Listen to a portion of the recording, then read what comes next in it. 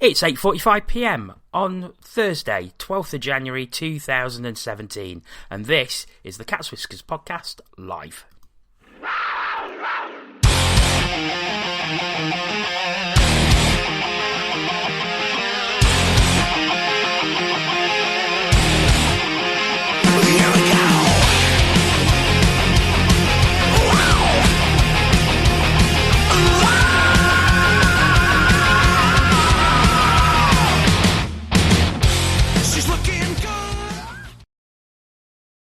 Hello and welcome to this Thursday's Cat's Whiskers podcast, the final one of the week. We're going to be spending a lot of time looking ahead to Panthers in the Continental Cup final. And I'm delighted to say, joining me to talk about it this week are Antoine Marie-Jean. Good evening. Tina Taylor. Hiya. And Aaron Lord.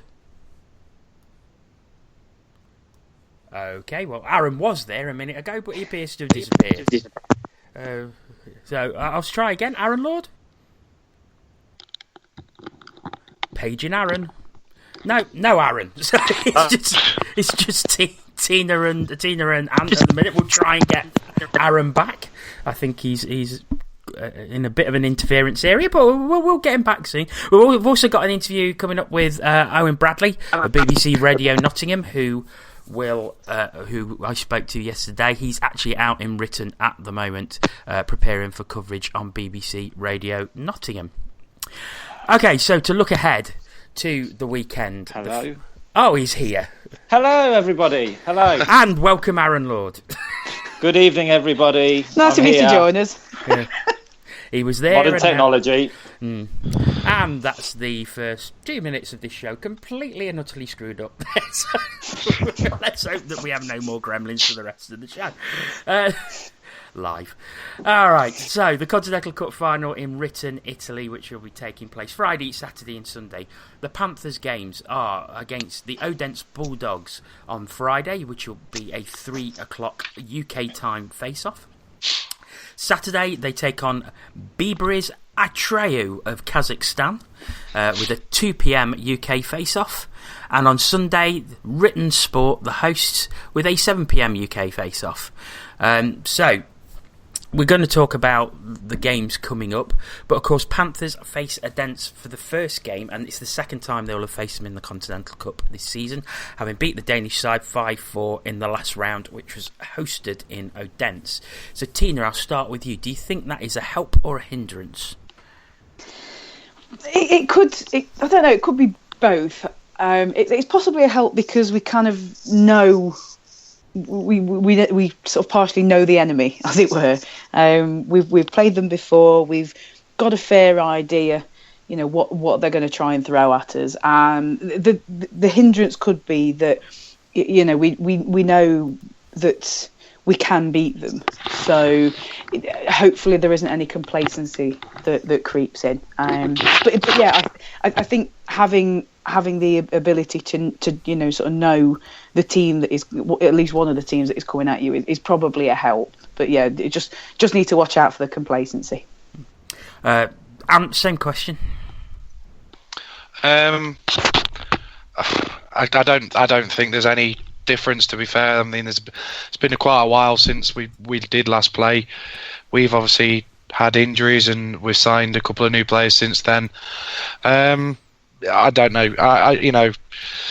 I think if anything, it might be a bit of a hindrance because we obviously went in as the underdogs into the last round, and I think beating the home nation in their own backyard would have, opened some eyes and what have you.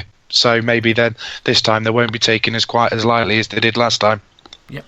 Aaron? I'm sitting more on the it's a help. I think confidence-wise to know that we've beaten them. I get what obviously Tina and are saying, but I think it's a help knowing that our first game is against a team that we have already beaten. Because this weekend's going to be tough, but I think if we can get off to a win, then I think that will be a real help. And I just think so. I'm sitting on the help side more than the hindrance. Okay. Jason Williams ices for Panthers, having iced for Ritten in the last round. Corey Nielsen said this week that he's picked his brains as much as he can about the Italian hosts. Do you think that'll be an advantage to us, Ant? Yeah, it's got to be. Anytime you've got an insider look at like an opposition team, you've got to take it. And obviously, Williams, spent a short amount of time there, put up a good few points and what have you before moving to us. And I mean, we've discussed him at length on the effect that he's had in the Panthers roster. So yeah, any sort of insight he can give us can only help.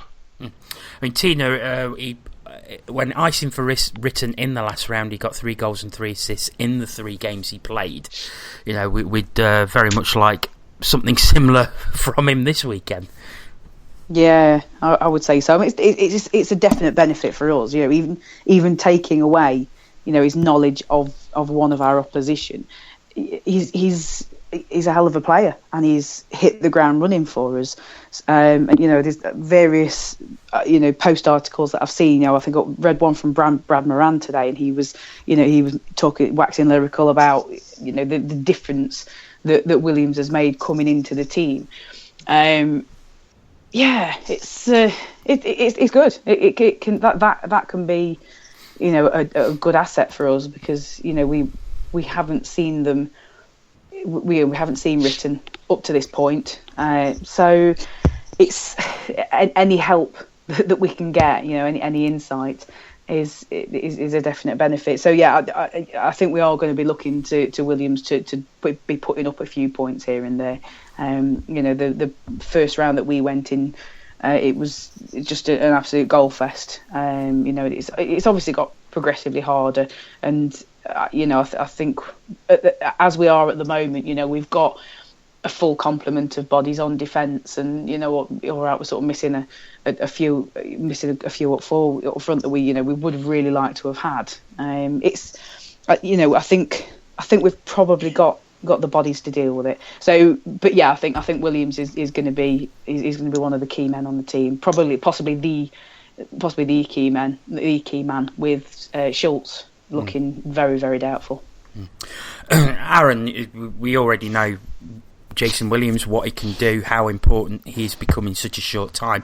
Who else are the key men for the Panthers this weekend?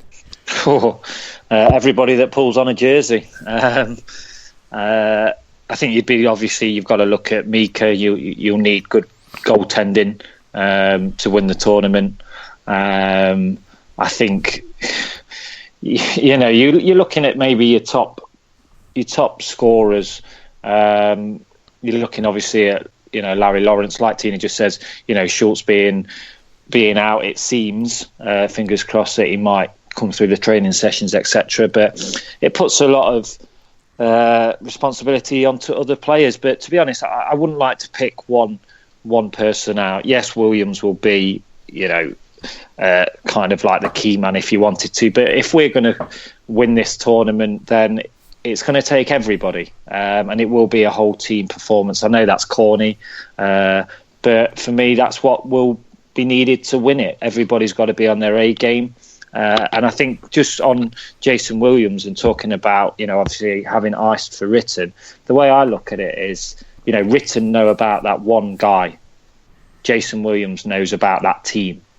So I think that's an advantage for us. Of course, they'll understand the player that Jason Williams is, but I'm pretty sure that Jason Williams would have been able to give the Nottingham Panthers far more information about them than they will know about us. So I think that's an advantage. But yeah, good goaltending. But for me, everybody on that team is important. Yeah, I mean, for me, I think Brian McGrattan, because McGrattan, before he even scored a point in the Elite League, he'd scored 5 points in the Continental Cup, including 4 goals and 2 game winners in the last round as well. So I think he's going to be a very important player for us. He stepped it up a lot over the past 6 weeks, and I think he's going to come into this with a lot of confidence, especially after the way he played in the last round in Odense. I think he will be one to watch, certainly for the entire 3 games. Okay. Also, one of the other things that have been talked about that could be helpful for the Panthers is the schedule with 3 o'clock, 2 o'clock, and then 7 o'clock start. Tina, that does look quite a nice schedule for the Panthers. I think it's possible. It's as nice as it can be with 3 games in 3 days. Obviously there's sort of almost 24 hours, if you will, between one face off and another. Friday, Saturday, but you've got that bit of extra recovery time before you come to the game on Sunday, which it could so easily be the crunch game. Obviously I know it depends on where the results go in the previous 2 games, but like I think Aaron alluded to earlier, with Odense, if we start off well, it'll give us confidence going through, and I think that that kind of confidence will carry through to certainly Saturday's game, and then you've got that little bit extra recovery time for Sunday, so you can really sort of get ready for it. And not actually having a direct look at the schedule, I'm assuming that Ritten are going to be playing in the evening game on the Saturday, so they're going to have I don't know if it's an advantage or not, because if they have a good game, then they've got the momentum to carry them through. So it's the momentum versus the extra rest, I think. But yeah, it's not a bad looking schedule, really. It's as kind as it probably could be, I think. I mean, Aaron, I was at the under-16s GB tournament in Dumfries between Christmas and New Year, and Great Britain won that tournament after coming off the ice at 10:20 in the evening, and then being back on the ice for warm-up at 7:20 the following morning, and still won 13-1, I think it was. So does the schedule make that much of a difference, or do you think at this pro level it is more important that they get more rest between that second and third game? I'd go for the latter. I think for us, especially with our roster, if you could give us an extra 4 hours rest and recovery, not necessarily maybe physical, but just mentally and emotionally as well, then I think you would take that. And not to just copy what Tina says, but it's near perfect for me. I think if you were really and you had a choice, you'd go with that. I understand what you're saying about the GB, and maybe adrenaline can keep you going, etc. But I think there's a difference at the level that obviously the GB level that you was talking about and was commentating on, and this level as well. I think if you can take those extra couple of hours, I think that will benefit us. So for me, it's the perfect schedule if you can ever get a perfect schedule. And your thoughts? The only thing that worries me about it is playing the home team last, because obviously in front of your own fans, if I'm not saying they will do, but if Ritten lose their first 2 games, so come the third game they're out of it, but playing at home you're going to want to do your best. You won't want to go out of that finishing that tournament on 3 losses. So I think in that way, I'm not even going to chance the officials. We'll just leave that because I don't want to jinx anything. But I think just from that personal perspective, that's the only thing that I'm. It's a bit of a worry for me, but it's as nice a schedule as you can have, time wise. If you're listening live with us tonight, don't forget you can get in touch. It's at Cats Whiskers TV on Twitter. Let us know how you think Panthers will do in the competition and who you think the key men are. It'd be great to hear from you. Okay, we're going to take a short break now. Yesterday, I managed to get a chance to chat with Radio Nottingham's ice hockey correspondent Owen Bradley. He is out in Ritten at the moment, and here's what he had to say about the weekend. Delighted to welcome our old mate Owen Bradley to the podcast from BBC Radio Nottingham. He, of course, is going out to Ritten to cover the Continental Cup on BBC Radio Nottingham. So, Owen, welcome to the show. Nice to be back, mate. So, you're looking forward to it? Yeah, really looking forward to it. I don't get to go to as many games as I would like because of work and bits and bobs. But you put the long hours in, and this is what you do it for trips like this. Asiago a couple of years ago was brilliant, even though it didn't end the way that Panthers fans would have wanted. I still think the officiating is partly to blame for that one. But this, I just think, will be a great trip regardless of what happens on the ice. And I'm optimistic about what will happen on the ice as well. Yeah, we've said since we qualified on the podcast that this is a unique opportunity for the Panthers. They stand the chance of becoming the first UK team to win the Continental Cup. You obviously think that is a strong possibility. I wouldn't rule it out. I mean, they beat Odense in the last round, obviously. Talking to Corey Nielsen today, and he said he thinks Odense took them a bit lightly, and that they'll be a bit stronger against Nottingham this time. I suspect they will be, but I think Nottingham will be a bit stronger as well, so that will be interesting. Ritten won their group. Well, Jason Williams, their best player, is now a Panther. They'll have the inside track on them. They're a very young squad, and the Alps Hockey League isn't what it used to be. Italy, not as strong as it used to be. And they beat the Kazakh team. So in theory, I know sport isn't logical, but if you can beat the Italians, you should be able to beat the Kazakhs. So I think Nottingham go with a real fighting chance. And I do still think they'll be viewed by the other teams there as the underdog, despite the fact that they won their group, because they're the British team, and British hockey still has this stigma on the continent, I think. Yeah, and Panthers got a very good schedule with a 3 o'clock, 2 o'clock, and then the 7 o'clock face-off on Sunday. So probably the best schedule of the three teams competing. Yeah, I think so. I think it comes down to fine margins, doesn't it? It's good that the team travel today. It means they'll have a day in Ritten to practice on the ice and rest up properly ahead of the game. Not much to do there, Jason Williams was telling me. So it's not like they'll have distractions either. So it will be all business. And what we know about Corey Nielsen's teams is that when it comes to the big occasion, they usually get up for it. We've seen that in the Challenge Cup, in the playoffs, big games down the years. There's no reason to say that they can't do that again this weekend. I saw on Twitter, I think yesterday, that you was looking at the team rosters of the other three teams and practicing some pronunciations. So how's that going? It's mixed. You'll notice I avoided saying the name of the Kazakh team just there. I'm not entirely clued up on everything yet. No, it isn't too bad. The recognition's always the hardest part of commentary. But I've got a flight to kind of pore over the notes and read up on things, and hopefully, as long as me and Colin Hazelden on commentary are saying things the same way, I think we'll get away with it. I'm sure you'll be fine. So, Radio Nottingham for the coverage. Where can we pick that coverage up? Well, I think this is a BBC first. I'm not entirely sure, but the commentary will be on Facebook. We're going to do it as a Facebook Live.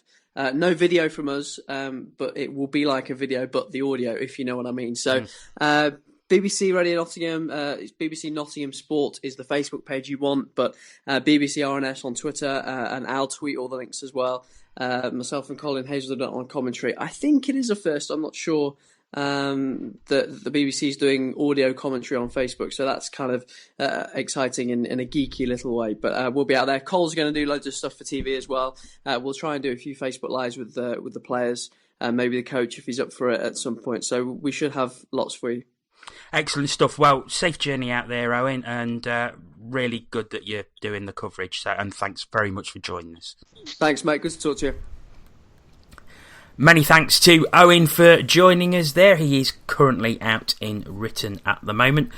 As he said, there will be Radio Nottingham coverage on the Radio Nottingham Sport Facebook page via Facebook Live. So if you get on that on Facebook, Radio Nottingham Sport, and you will be able to listen to Owen's commentary from all three games.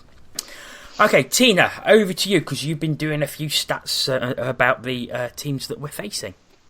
Yeah, well, I mean, it's not sort of stats as such, not to my usual level, but I've just been doing a bit of data gathering. Not to a usual level, right? Let me tell you this, listener. There is a spreadsheet on each team, not only with their name, where they were born, age, height, weight, goals, assists, goals against and save percentages for the netminders, international appearances, and then underneath that there's a load of information about the teams and facts. So yeah, not to our usual standards, just not together in 5 minutes. Hey, this is nothing that anybody couldn't have got off Elite Prospects and with enough googling and Google Translate. Google Translate is my friend. Honestly, it's you the real MVP, Google Translate, I have to say. It's obviously been a slow week in the IT world this week. Hey, this spreadsheet's been bubbling for weeks, mate. Right, so I'll kick off with Odense. You know, a bit of familiarity here. I mean, we did sort of touch on them before the last round, but so if apologies if anybody remembers anything that we said from this team last time round, but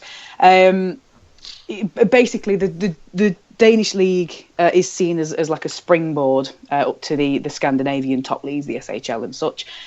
So what you tend to see is a few young Danish players coming through. The roster of Odense is absolutely peppered with World Junior appearances, under 18, under 20s and such. And there's a few here and there with Danish senior appearances as well in this roster. Couple of key men that I want to just touch on. The 30-year-old defenceman Michael Eckerson. He is a Danish native, actually born in Odense. A fairly inhumane plus minus of plus 26. Looking all right. If just from a purely numbers point of view, he does lead the defensive team in plus minus. In fact, on the Danish roster, on the Odense roster, there is not a single defenseman that is in a minus. So that in itself is a little bit, possibly a little bit daunting. But again, we've faced them before, and we know about these guys. In terms of what we might face scoring wise, a couple of guys I do want to pick out. Most of the Danish players, to be honest, are sort of much of a muchness. They've got a few goals and assists peppered around. The two key men that sort of caught my eye are actually the token Canadian and the token USA man. We've got Dale Mitchell, a Mississauga, Ontario native. He's actually been with the Bulldogs for 3 seasons now. He's after, according to Elite Prospects, 32 games, 22 points, 31 assists, but a whopping 82 penalty minutes. So, wind him up. Yeah. Wind him up. Yeah. Robert Farmer, go fetch. So yeah, he's obviously one to watch. Another fairly inhumane plus minus of plus 31. And one of my favourite names I've come across so far, Tony Romano. He should be an actor. He should be in Romano, Hollywood. Yeah, exactly. Tony Romano of Smithtown, New York. I believe this is his first season with Odense. Last season he was in Norway. He's after 32 games, he's on 23 goals, 23 assists. And again, plus minus of plus 32. So he's definitely. Those two guys are definitely going to be ones to watch. Just an honourable mention to 24-year-old Swede Sebastian Strandberg, 11 goals after 29 games, 27 assists, and another huge plus minus of plus 24. So the Danish players, as I say, much of a muchness when it comes to this team. They're all contributing. There's goals and assists from these guys. But yeah, the key men seem to be the imports to this team. One of the things it says to me is you've got those 3 players with double figures goals, double figure assists, and then not a lot throughout the rest of the squad. And it seems to me if you shut them down, because I believe they are a line, shut that line down, and you pretty much shut them down scoring wise. And I think that's what happened in the last round, where I think Mitchell scored once, and that was it. And so I think the key for the Panthers here is shut down that line, and obviously still be tight against the rest, but they're their scoring threat. Yeah. Yes, I would say so. One other thing about Odense as a team, apparently have never won the Metal League, and sound familiar, up until a few years ago. But they've achieved 3 silver medals. I assume that means they've come second. Yes. But yeah, they seem to be they seem to be the more often than not the bridesmaid of the Danish league. Just a bit of a mention, former Odense players that the Elite League fans might recognise. We've got the Cardiff Devils' Stuart McRae, Rob Rickey from the Dundee Stars, Max Lacroix from our friends up the road, and actually Irvin Mustakovs as well. Panthers of old, Greg Jacina, Cody Bostock from the Clan, and actually Scott Matsker was their captain in 06-07 and 07-08 seasons. And apparently, I seem to recall there were a few Panthers fans over there. The Odense fans, were just sort of chatting and saying, how fondly they do remember Scott Matsker. But just a interesting little tidbit of information there.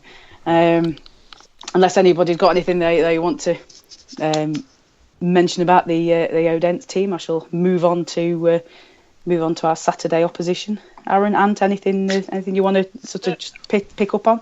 Do you know, all I would say very quickly is obviously, like Jono says, shutting down that one line. It's similar to kind of what Sheffield had with the Fretter, Forney, War line. That was their top line where they scored their most points, and we did very well in shutting that one line down. So I think Corey and Rick has history and systems that can potentially do that, but obviously the Odense are a better team than the Sheffield Steelers, I would imagine. So but I'm just pointing that out, that we have got history of shutting down a very potent line. Wonder if they'll have any away fans there. Wow. Okay. So moving quickly on. Yes, the team from Kazakhstan, and I'm sure there's. I'm looking forward to this, Tina. Oh, brilliant! I have absolutely no idea if we're probably going to have several different pronunciations of it. Bibaris Atirau. I don't know. I have no idea, and I'm not going to say it again. The Kazakhs. I'm sorry, I'm wimping out, and they are going to be the Kazakhs from now on.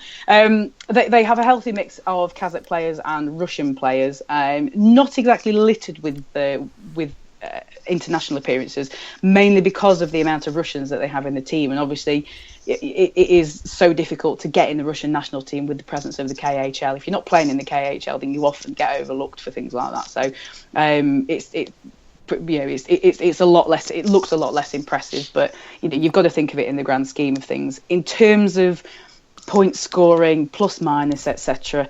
They've only actually. It looks like they've only played 16 games this season.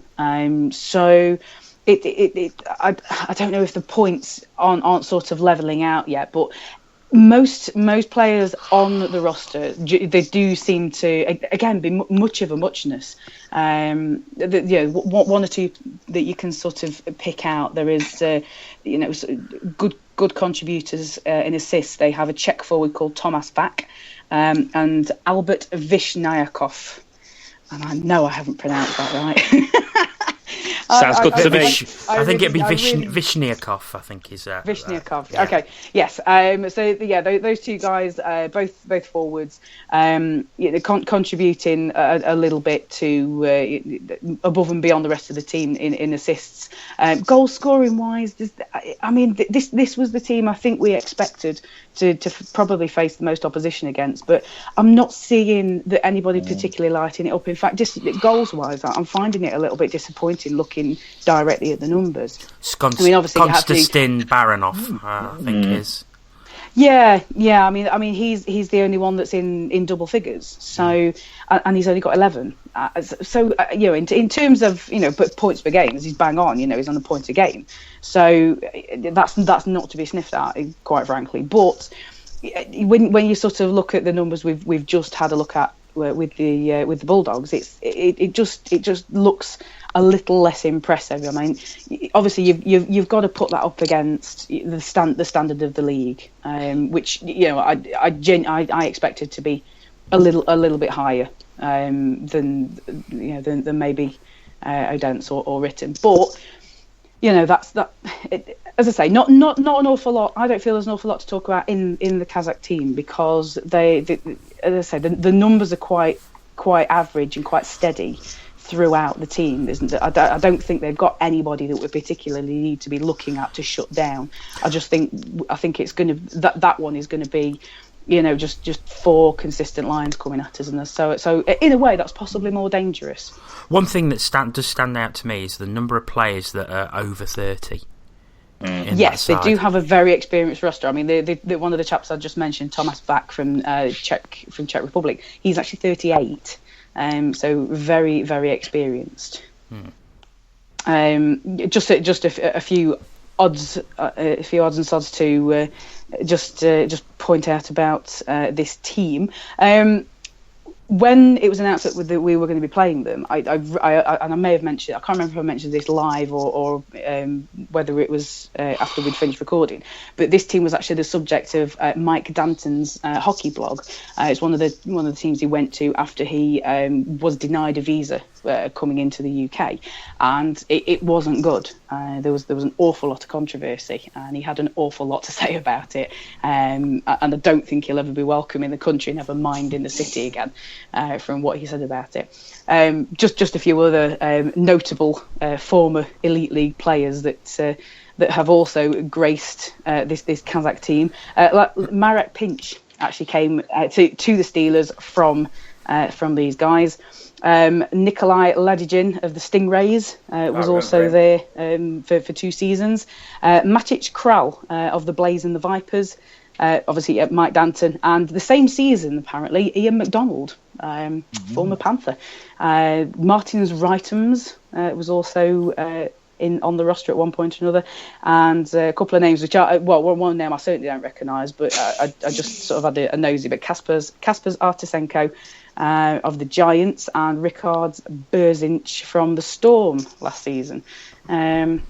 As I say, because the numbers are so average, I don't really feel like I've got much to talk about with the Kazakhs, to be honest. Okay. And finally, Ritten. And finally, yes, the hosts.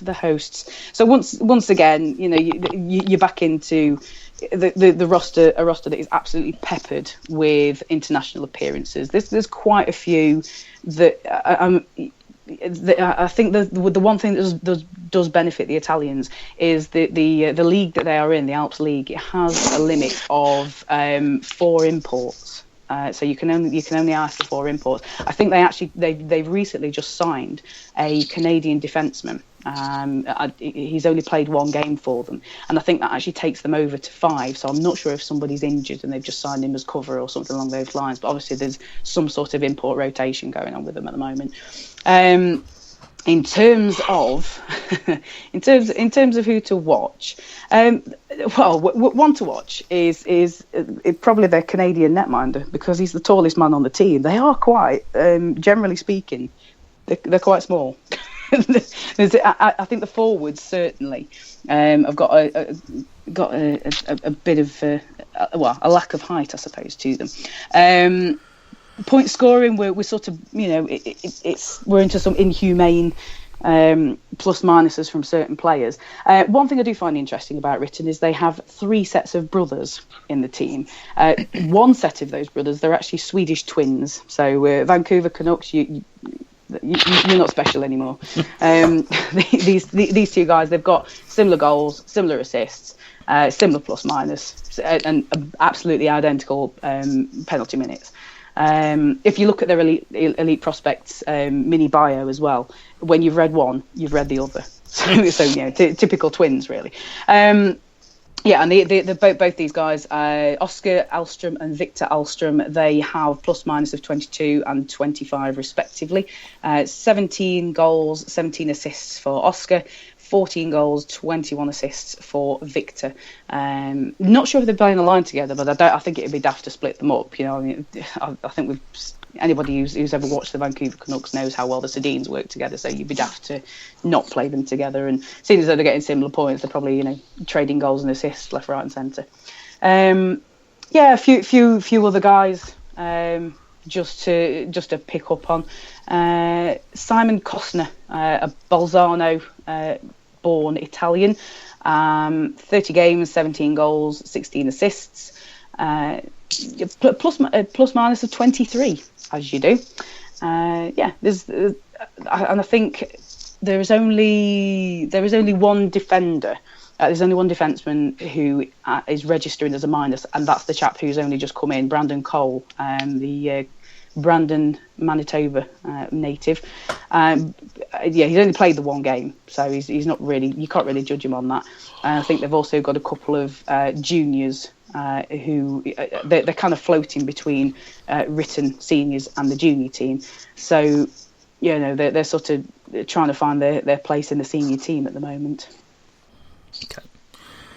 Wow. One of the things that I do notice, especially about this Ritten roster, is how many of them were born in Bolzano. Yes, the vast majority. So a lot of local players within that team. Yes, an awful lot of local players. Well, as I say, the league has a rule that you can only have up to 4 foreign-born players. That's it. End of. The league itself is quite interesting because the league is made up of I think it's Italian, is it Austrian, and a Slovenian team, or is it Slovakian? I can't remember. I can't find where. I know I put that in somewhere. But yeah, it's a joint venture. It's Slovenia. I found it now. Austria, Italy, and there's one team from Slovenia, but they're hoping to build it up to a maximum of 10 teams. 10 teams apiece from Austria and Italy, and a further 5 teams in Slovenia. So they're trying to build up a healthy sort of a league. I've said it for everybody else, so I'll just sort of go through some names that we may recognise. In fact, most recently, Tommaso Traversa, who briefly played for the Stars earlier this season, is in this roster. Not doing too badly. 18 games, 2 goals, 5 assists, 22 penalty minutes, and a plus minus of +1. So doing all right. He's actually already played some games for the Italian national team this season as well. He's been on their roster. So obviously Dundee didn't feel that he was working, but Dundee's lost his Ritten's gain. Brendan Cook played for the Clan. Chris Holt has also played for Ritten. I think we remember Chris Holt very, very well. Levi Nelson, current Steeler, is a former Ritten player, along with Matt Siddle of the Flyers. Another familiar name, Greg Jacina. The man's been everywhere. Greg Jacina had 2 stints for Ritten. Chris Blight played for the Devils and the Steelers. Mac Faulkner of the Devils. Chris Higgins, the Belfast Datsuk, has graced Ritten, along with Sammy Ryanen. Prior to that, Ashley Tate is also a former Ritten player. There's an absolute wealth of players who I recognised when I was going through the previous rosters. Just a few others. Mark Smith, formerly of the Devils. Kasper Zartasenko popped up again, and Trevor Johnson, the current Manchester Storm captain, and also Doug Christensen, bizarrely. So it's a team that we've got some familiar names that they we've got a bit of familiarity in terms of alumni. But yeah, the Italian teams, we've seen Italian teams before, and we know what kind of style they bring to the table. So this game interests me the most, I think, out of the 3. Yeah, I hope that we are still in it at that stage. Well done, Tina. Many thanks. And everybody had enough? You're getting a round of applause. There we go. So that's enough of that. Thanks. Move on. Colin Basford has actually tweeted in. He says, "Great stat gathering, impressed, but wants to know who keeps yawning." Oh no. Oh. Yawning. Yeah. Oh, how rude. Yeah, I know. Not me, Tina. I enjoyed every bit. Wasn't me. Yeah, it wasn't me, so it was the yawn fairy. Some more tweets we've had in from fans about how they think Panthers are going to do this weekend. David Markinson, he says, "I predict we'll come up just short and finish second. The Kazakhstan team is maybe too strong." Ian Pigeon, "To be honest, we may win a game, Don't expect too much, not enough depth. Panthers Banter, he says, genuinely have no idea what to expect from the other teams, but having already beaten Odense, hopefully not bottom. And Judder, he says, I think we have a great chance of winning. Already beaten one team, and with how we have played in this cup so far, we can win it. I mean, Aaron, I think that's something you share. You think we can win this? I do think we can win this, and I will stick my neck out and say that I think we are going to win this. I think just very quickly going through the games, Odense, for me, it's about first game, you just get the points on the board, play smart. We know, obviously we've talked about playing them previously. The Kazakhstans, I think that's the major game.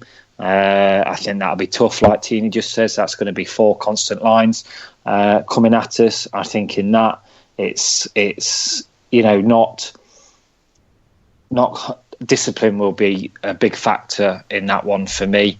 And then going on to Ritten, I actually think that will be the easiest game out of the 3. But again, discipline on that one. Tired bodies, tired minds. Officiating potentially, if history is anything to go by. But I honestly think, I could be totally wrong, and I wouldn't class myself as a happy clapper or anything like that, but I think we're going to win it. I think it's going to be very, very tough. I could see, an overtime in there on one of the games, but I think if we're confident, if we're clever, we're smart, what you've heard from Brad Moran, what you've heard from Corey Nielsen, I think we can win it. I really do. And you share that? You think we can win it? I do think we can win it, yeah. There's no point in entering the tournament otherwise. But, it depends on how we play on the game. And I mean, one thing looking through Tina's stats, the one thing that stood out for me is all 3 teams' goalies look very strong. They're all looking at around about .92 save percentage with goal against average of less than 2 for the Danes and the Kazakhs. So I just think with the Russians, the Kazakh team, they're going to be well drilled. They're probably going to be quite pacey. Like Aaron said, it's about keeping our heads and staying out of the box. And just getting the Italians, I'd like to see us use our size advantage and sort of bully them a bit, to be fair. Mm-hmm. But obviously on the right side of the law, because we all know what Italian officials are like. I mean, I think we can win it. It's not beyond the realms of possibility. I think it'll be very difficult, and I think a lot depends on the opening game and Saturday's game, obviously. But why not? Why can't we win it? I mean, I think we've got depth may be an issue with 3 games, but yeah, let's win it. Let's bring that trophy back. We can win it, but do you think we will? 2 very different questions. We can win it. Honestly, I just don't think we'll have enough in the end. I'm still waiting to find out if Peter Callis is going to turn up again.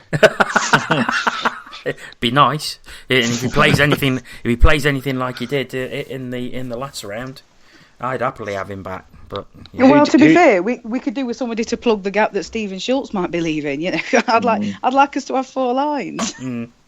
Well, who do you think will win it if we don't win it, folks?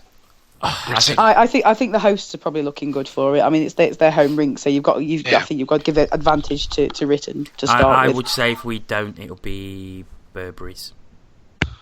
No, the Italians for me. Okay. I think the Italians are the weaker of the 3, personally. The Ritten did beat Byberry's in the last round, but I think Byberry's had already qualified, so I don't know whether they was taking it easy and that was the last one, but yeah, Ritten did beat them in the last round, so we shall see. Be a very interesting tournament. Don't forget, as I've already mentioned, it will be on Radio Nottingham on their Facebook page through Facebook Live, and also, of course, there is a webcast of all 3 games. Go to nottinghampanthers.tv. That's nottinghampanthers.tv. It's £10 per game, or a special price of £20 for all 3. I ordered my £20 package today. I'm guessing you guys have already. Yep, definitely. Yeah. So, yes, so no spoilers because we don't all get to be off work on Friday. I'll have radio silence from you guys, please. I will have me and my Panthers supporting daughter next to me watching it tomorrow afternoon.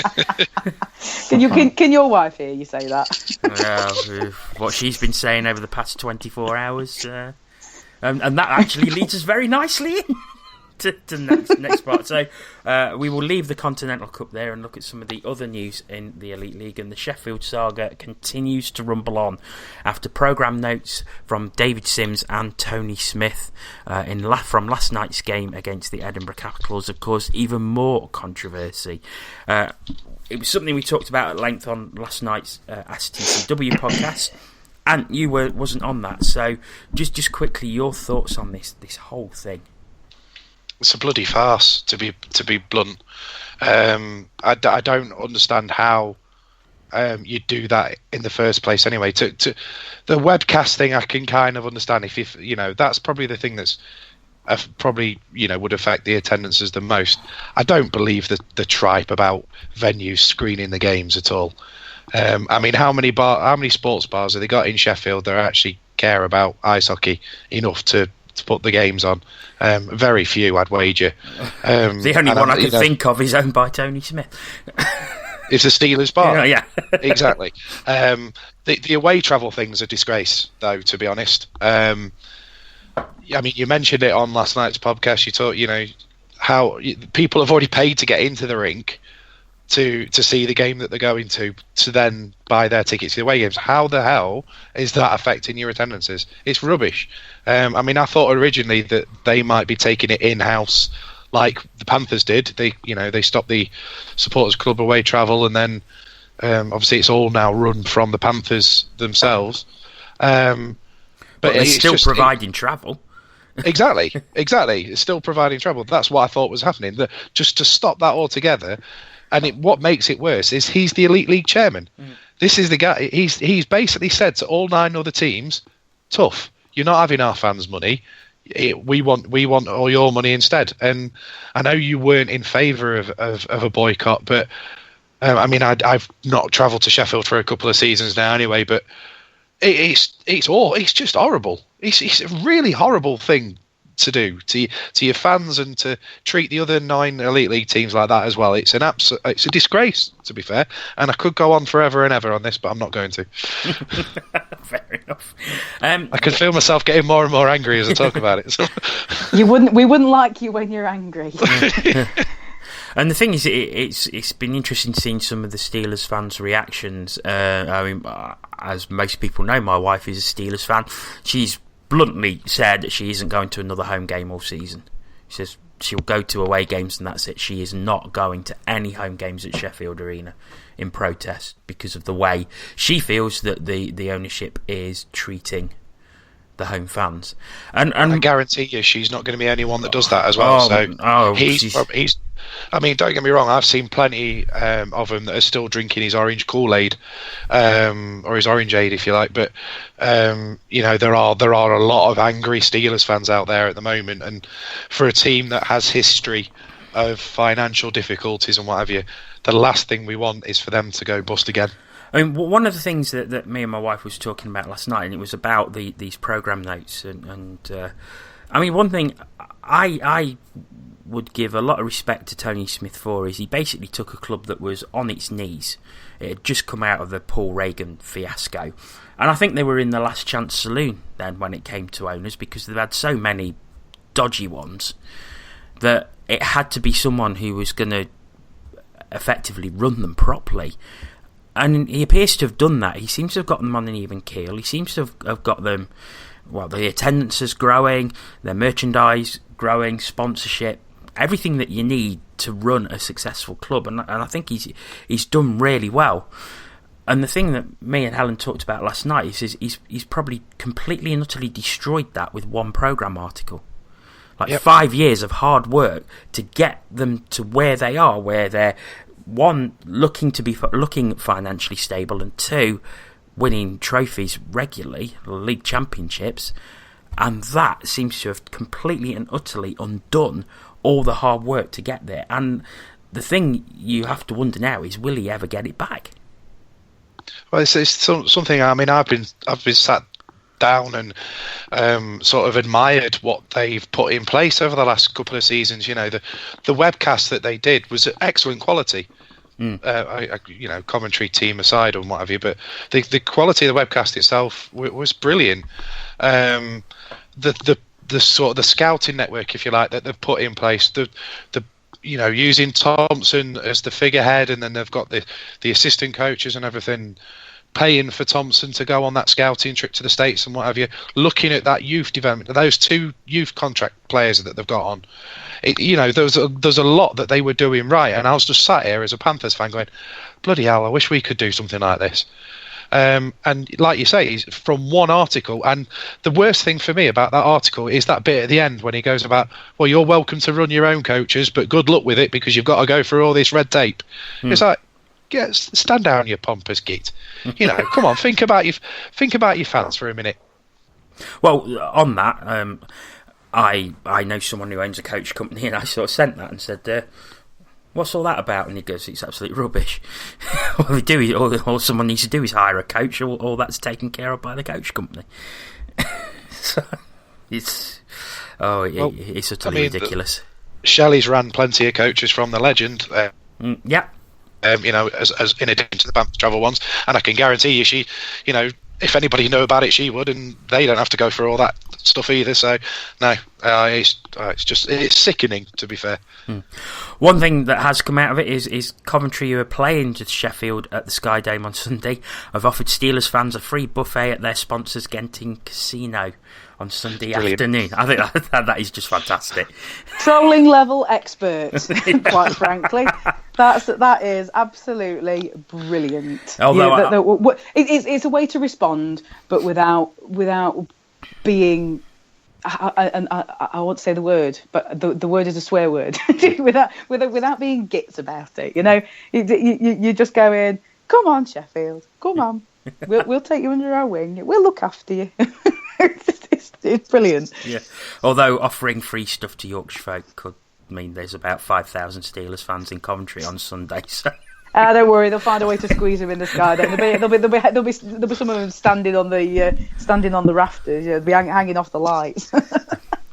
Another thing that has caused a lot of interest on social media, and a lot, I would say, probably excitement in social media, is we spoke about Brock Wilson, or Aaron did, on Ask TCW last night, and it comes from this little statement he put out on Twitter, which says, first thing I talk about when the Elite League comes up is to anyone is the amazing fan base it has.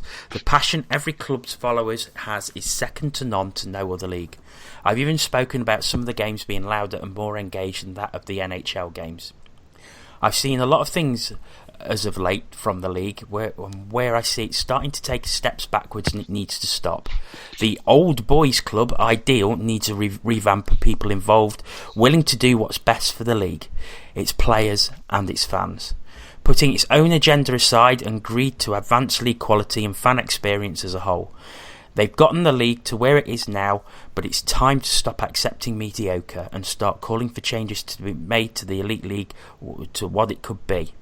The only way the Elite League will become what it could be for these changes to be made and have members involved who are willing to put those agendas aside, make decisions without being biased. Granted, they may not be the most popular decisions with some clubs and owners, but the league in the long run will flourish.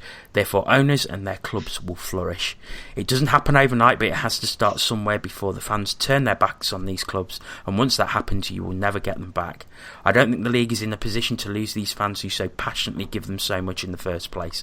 I believe the league isn't even close to its full potential, and maybe them people who are in charge are afraid of that because they won't have as much power. I hope that's not the case and they start doing the right thing. So that was what Brock Wilson said. It's had hundreds of retweets, hundreds of likes on Twitter, and he's actually come up and somebody said you should be the league chairman, and he says I'd happily do it. I would happily come and do it. If anyone wants to make that happen, and he's basically offering himself to the Elite League. And with thinking like that, fresh thinking, Aaron, he'd be a breath of fresh air. Yep. I can't disagree with that at all, to be honest. Like you say, we talked about it briefly last night, and I think he makes some excellent points. The Elite League has grown; it's got to the point where it is now, but in some areas it's getting a little bit stale, and every business does, and every business at times needs fresh ideas, fresh direction. And what Brock has talked about in his multiple tweets is that fresh ideas and fresh direction. Do I expect Brock Wilson to be on a plane over here for next season? If I'm honest, no, I don't.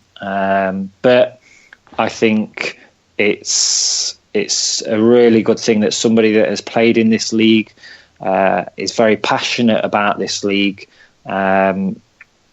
Is willing to say these things, because it kind of feels that we're getting to the point now where for the Elite League to actually grow and build on the foundations that everybody involved in the Elite League have built, and they have played a part in it, and they need credit for that. But sometimes you hit that brick wall or you hit the ceiling, and you need a little bit of help to build the next level. And like I say, what Brock has spoken about there, I 100% agree with, and I think that is needed.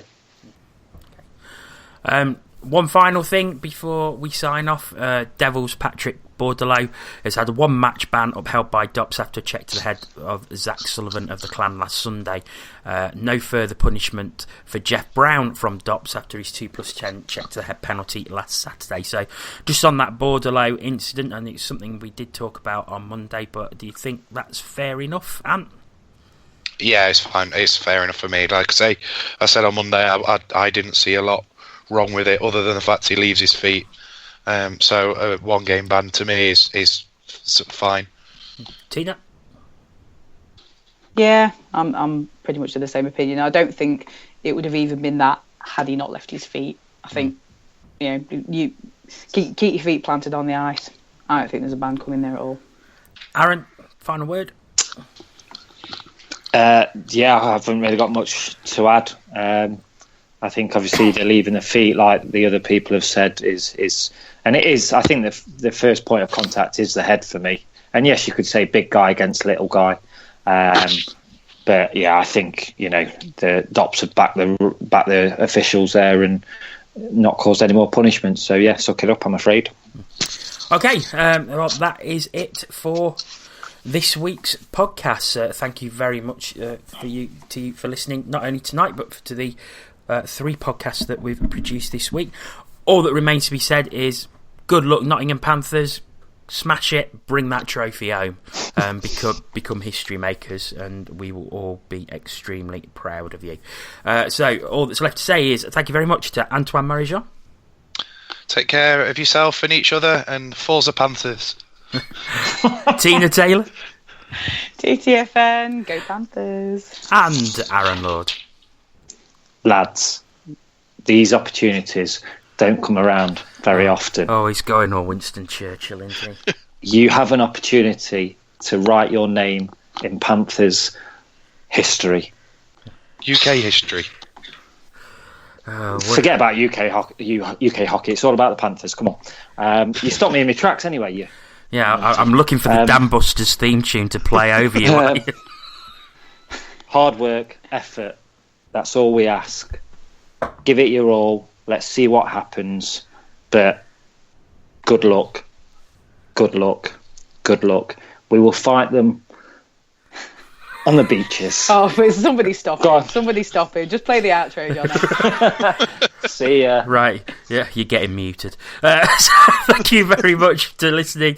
We will be back to review all of the Continental Cup action from the weekend on Monday's podcast, live at 8:45 p.m. But for tonight, thank you very much, and we'll speak to you then.